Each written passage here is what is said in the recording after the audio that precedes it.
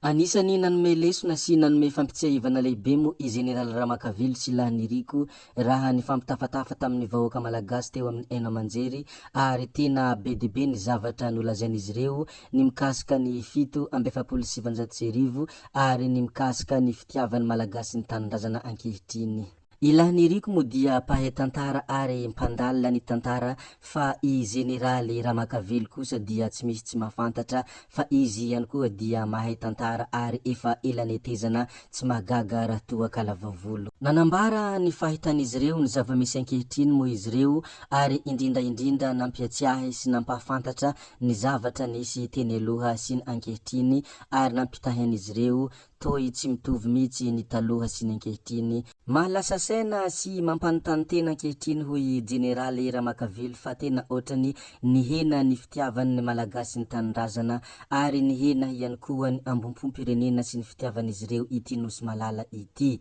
Izany ny zavatra izay nolazainy Généraly Ramakavelo ary nanamafy izany koa i Lahaniriko ilay mpahay tantara sy mpandalina ny tantara. Anisany olana nisy teto hatrizay moa ny tsy fahafantarana ny tantara hoy izy ireo ary indrindra misy manova ny tantara amin'izay atiavany azy ary ny tena mampalahelo ihany koa misy milaza ho mahay tantara nefa mitantara angano raha ny fanambaran'izy ireo ary indrindra moa ilay mpandalina tantara no tena nanamafy izany teny izany. Raha tena tantara nefa hoy izy ireo dia tsy zavatra niforonkoronina fa zavatra izay tena nisy marina ary zavatra izay tena niainany ireo razambe taloha izay nitolona ho an'ny fahafahana hoy fanambaran'izy ireo. Aka ohatra fotsiny isika hoy Généraly Ramakavelo, misy olona izay tena nitolona nefa tsy voatontonina amin'io fahatsiarovana 7/7 io ary anisan'ny tena niady mafy izany olona izany nanao sorona ny tenany nefa tsy voatonona amin'io andro izay tononona ho fahatsiarovana ny mahery foy hoy Généraly Ramakavelo. Be dia be ny mari-pandrefesana izay afahana milaza fa tena nihena tokoa ny fitiavan'ny malagasy ny tanindrazana ankehitriny hoy izy ireo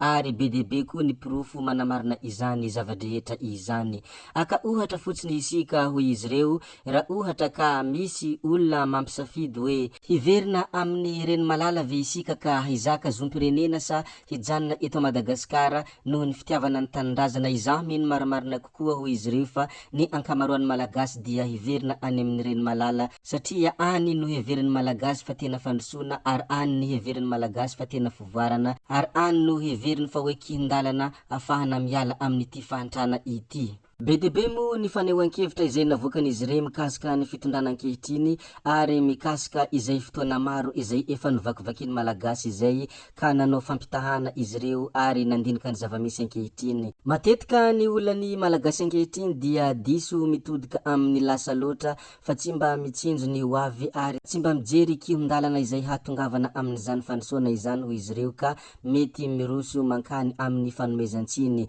Ny zavatra tokony tsapantsika nefa dia raha manana fitiavan-tanindrazana isika dia manana adidy aman'andraikitra hampandroso an'ity firenena ity isika tsirairay avy raha ny fanambarana izay nataon'izy ireo raha ohatra ka fintinina. Naka ohatra fotsiny ny amin'ny fizakana ny zom-pirenena vahiny, iny dia anisan'ny marika ny mari-pandrefesana mba ahafantarana hoe ahoana ny vahoaka ao amin'ny Madagasikara moa ave mahalefitra ny zavatra tsy ara-dalàna sa hafaka tsy mandefitra ny zavatra toy ity. Natao ireny zava-drehetra ireny nefa tsy misy nitrotra ary tena voalefitra ny vahoaka malagasy reny dia voarefiny ireo mpanatotosa fa tena afaka zanantsika tsara raha izany malagasy izany araka ny fanehoan-kevitra izay nataony Généraly Ramakavelo. Koa raha tena nisy tao amin'ny malagasy ny fitiavan-tanindrazana dia tsy nahalefitra ny zavatra toy ireny ny malagasy fa nohony izay fitiavan-tanindrazana izay tena efa mihena ary tsy miredareda ao ampon'izy ireo dia izany no mahatonga malagasy mahavita mandefitra izao zava-drehetra izao.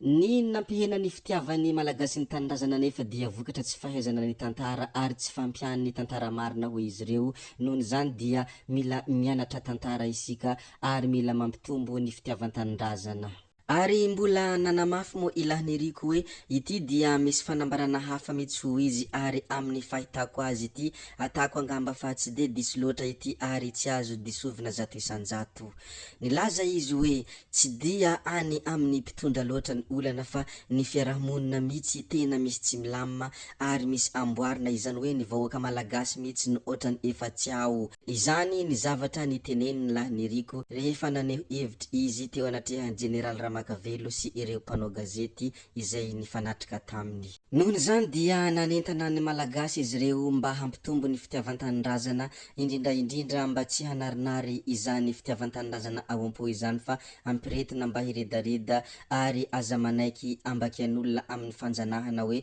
i malagasy na Madagasikara dia tsy mahavita ninninona fa ny any ankafa ihany no tena zava-dehibe. Ny zavatra izay tokony tsarona ary tokony tsy adinoana dia nisy tamin'izany fotoana izany rehefa nandeha nitolona ka nahazo fahafahana nahazo fahaleovantena i Madagasikara dia nampisafidianina ny olona rehetra tamin'izany hoe hizaka ny zom-pirenena vahiny ve sa hitazona ny zom-pirenena maha malagasy, ka maro amin'ireo ary ankabetsahany ireo olona rehetra nitolona dia nanary ny zom-pirenena vahiny ka nitazona ny maha malagasy azy. Izany dia midika fa tena feno fitiavan-tanindrazana ary misy toky ny hiroso ankany amin'ny fandrosoana ka mendrika alaintahaka ny toetsaina tsara izay nataon'ireo olona taloha izay niady ho amin'ny tsirariny ary nitolona ho an'ny fahafahana ka nazahoana ny fahaleovantena ankehitriny amin'isika miteny izao, raha ny fanambarana izay nataon'izy ireo sy ny fanamarihana ary ny fampitsiahivana ihany koa. Eo anatrehan'izay fitiavan-tanindrazana izay dia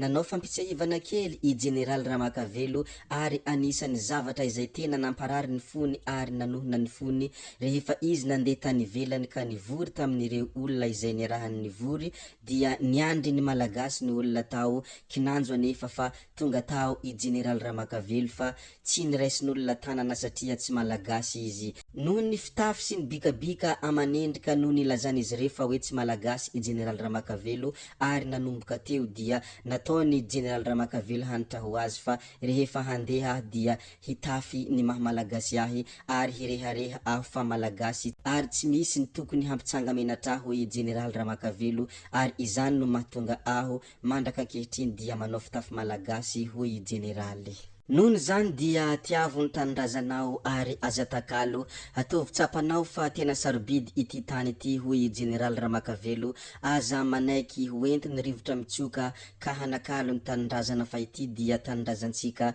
nosy malala tsy manampaharoa ary tsy misy toa azy fa tena no sambatra ity raha isika mampiredareda ny fitiavan-tanindrazana ary aza manaiky hanjakany izany fanjanahana izany na amin'ny endrika inona na amin'ny endrika inona fa meteza mba hirona ankany amin'ny fandrosoana ho an'ny tanindrazana mba ho sambatra ity nosy izay holovainy taranaka faramandimby ity. Izany no tena votoatiny ny zavatra noresahan'izy ireo ary ny fampiadivan'izy ireo hevitra ny resaka tantara sy ny resaka fitiavan-tanindrazana izay mitady efa mitsilopolopo ny afom-pitiavan'ny malagasy amin'izany tanindrazana izany. Ka nanentana ny malagasy izy ireo mbola hampiredareda indray ny fitiavan-tanindrazana. Apetraka antsika atreo mo iny dia tsara ho fantatra ny zavatra izay noteneniny ray aman-dreny General Ramakavelo sy lahniriko ilay mpandalina ny tantara.